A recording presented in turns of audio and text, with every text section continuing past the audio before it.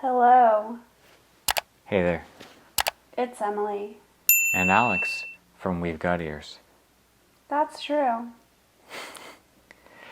I really don't want to do this, but Oh, did you see what we're she did about there?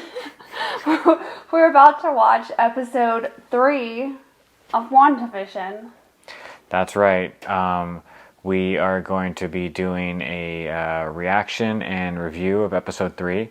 We've already done episode 1 and 2, and those will be released, as you may see.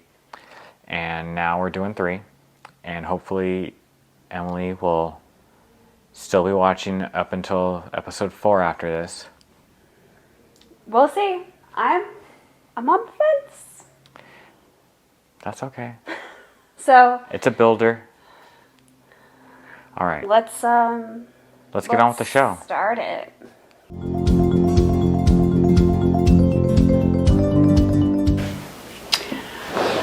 Here we go. Okay. Play season 1, episode 3. Now in color.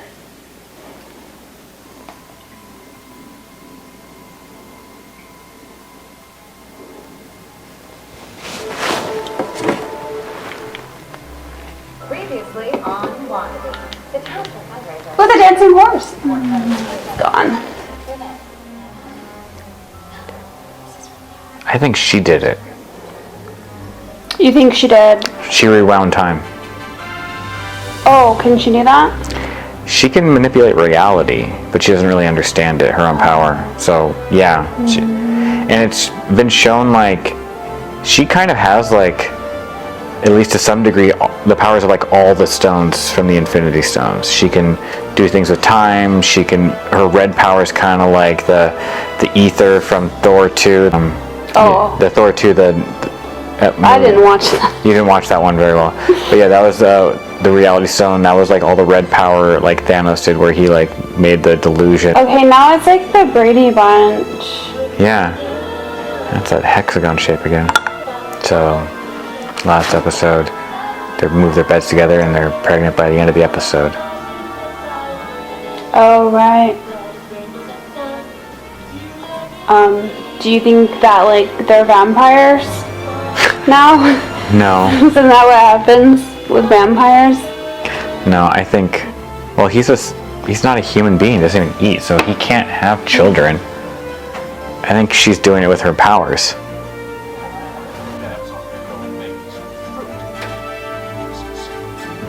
The little lady. She's cutting the pineapple she got in the last episode. See that edit? Yep. She undid it. Human, S.W.O.R.D, ever above. You think she undid it? Mm-hmm. Not the people controlling this? I think she's controlling it, and someone's kind of tricking her into doing it. This is a real one. What? I thought you said Friday after. Yes, you can. She's got the sword emblem on her neck. Who? That lady? Uh-huh. On her neck? On her necklace. She came in on that helicopter. The toy helicopter? I think it became a toy. She's always got the same brooch on. Okay. Does it have a symbol? Yeah.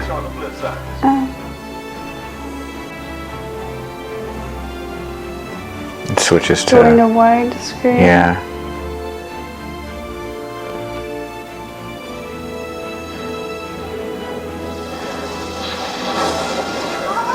She gets knocked out of the town by red magic. Which was Wanda's magic.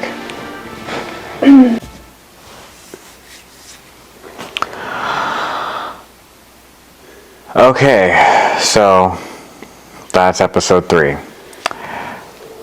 What'd you think, George? You think you were not paying attention?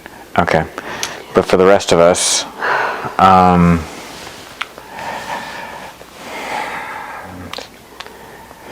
I feel like we got a lot of more insight as we do in every episode. Like, you're going to get more reveals. I think it's interesting to see that there's obviously some kind of organized agency, whatever point of view they are, either positive, like good guys or bad guys, are outside this town of Westview we saw, that has like Wanda's energy kind of protecting an it. energy barrier of some sort. Of like television sounding base. Television waves? Something like that. Are there television waves? I think there still are, yeah. Not everything's Wi-Fi. I don't know. Anyway,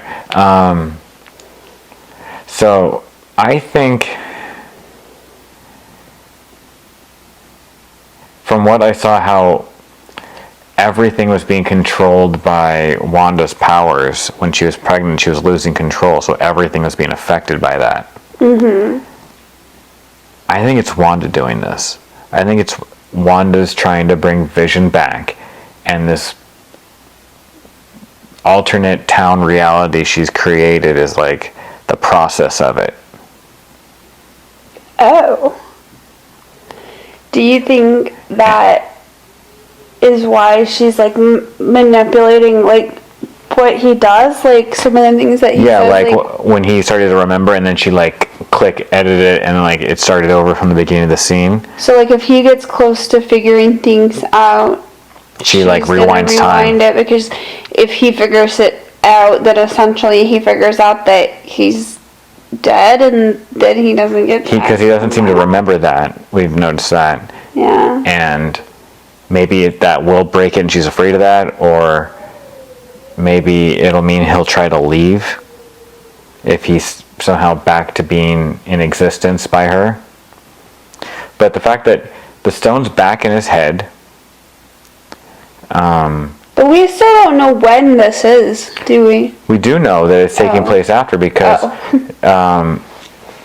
I think there's a big clue. It's a big clue that it happened after, because they're together, and they mentioned that her brother was killed by Ultron. Oh, showing her that it's in that progression of time. And that happened like within the movies. In the movies, yeah. At some point, I don't remember. Yeah, that was like her, like when she switched over to being a good person, he got killed. Oh. That was his sacrifice. He sacrificed himself for Hawkeye. It's what happened. And a kid. I must not have seen that or fell asleep on that. That's probably true. Oh, okay, like.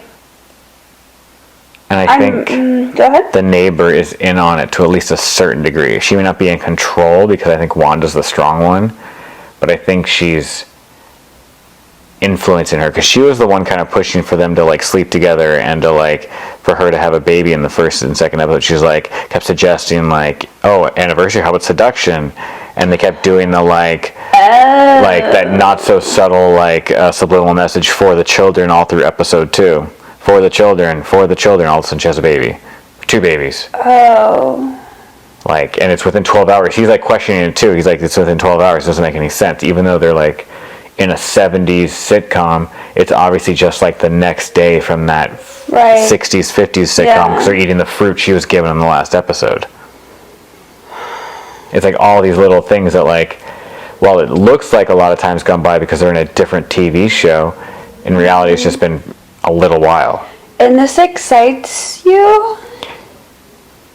Yes, because it opens it up to a lot of different things. Like, it shows how strong she is, and it shows it's going to introduce whatever this S.W.O.R.D organization is. I don't know. I think it's leading us into a lot more with I think this is all going to lay the groundwork for what's coming in the movies. Okay. Because they always like connect everything like further in the story, and I have seen things online that say that she's going to be in the next Doctor Strange movie. So this is probably about her being more of a magic person, because she is the Scarlet Witch, and like up until now she's just been like this energy person in the like represented in the movies. She just moves stuff. And I didn't know what all she could do. I just thought she could do exploding things, which I keep saying exploding things, but she doesn't really even do that. No, so she I don't know like why. controls things. Oh God,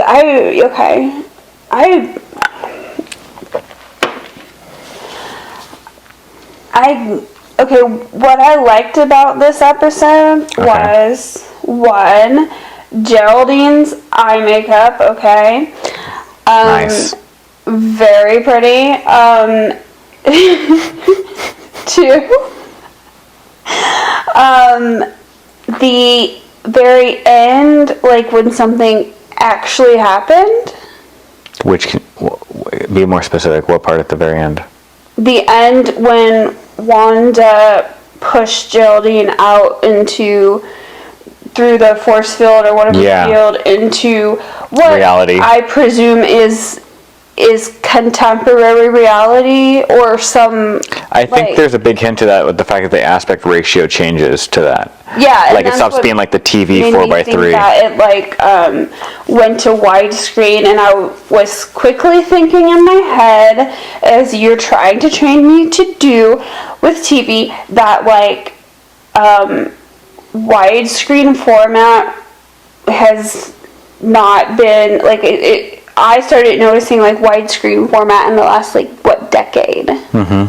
So I'm guessing, like you said, that was the transition that took us from whatever time or non-time that they're in. This TV time land. Time warp, whatever that they're in, to something present day. That to me was the only interesting part of this episode, and it was the last 30 seconds of it. Mm-hmm. So I'm still very exasperated. I bet. I feel like I understand more of what's going on, especially when they show that commercial, and the commercial is all about escaping to your alternate world, basically reality. Mm-hmm. Just get out of the world and go to this fake reality was the commercial, this escapism that she's trying to do. And then the doctor said he couldn't really escape. No, you can't escape these small towns. And he was almost scared when he says it. And the way the neighbor glitched out, just sawing through the concrete and just not even understanding what's wrong with him. Mm-hmm. I mean, I see now all the things that you're talking about, and that a lot of what happened in episode 1 and 2 was foreshadowing, but you don't know that until now. Episode 3 is kind of where some of that stuff started to fall together, but I wouldn't have picked up on any of that without you. And okay, well, I'm glad I'm pointing them out. I think we're getting big clues to how strong and powerful she is too, is because sure, she was having trouble getting rid of that stork, but she created that stork in the first place. She actually manifested a bird into being in that house, because there's no other reason for that stork to be there. She created that accidentally. I wasn't worried about her or anything. I wasn't worried. She wasn't powerful. She turned those butterflies into real butterflies and shooed them out. Sure, but was there a question of her power? Well, it's to show that she does more than just shoot the red energy, and shows that she doesn't blow things up. It shows she has all these different magic powers. Oh, so they're just trying to establish. She's not just he can run quickly, he can fly, he can control his density, which you think is ridiculous. But but she can pretty much do anything she wants. The most boring superpower. It's what the superpower that George McFly would come up with. I am your density. Good. That's a good nerd joke. If George McFly had to decide on his superpower, I feel it would be controlling his density. It's just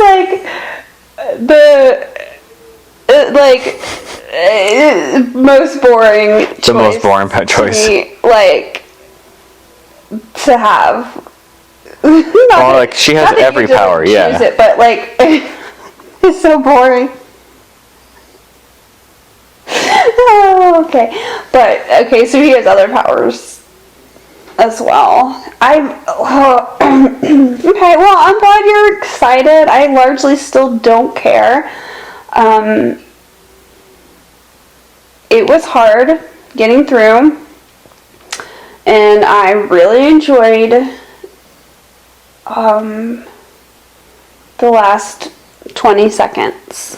Okay, well, that's more than you've said about the last 2 episodes. Yeah, the first episode, I laughed at a turtleneck joke, which could have been like 2 seconds. The second episode, I liked the dancing horse. Yes. That was about 3 seconds. So, look, this episode, I had about 20 seconds.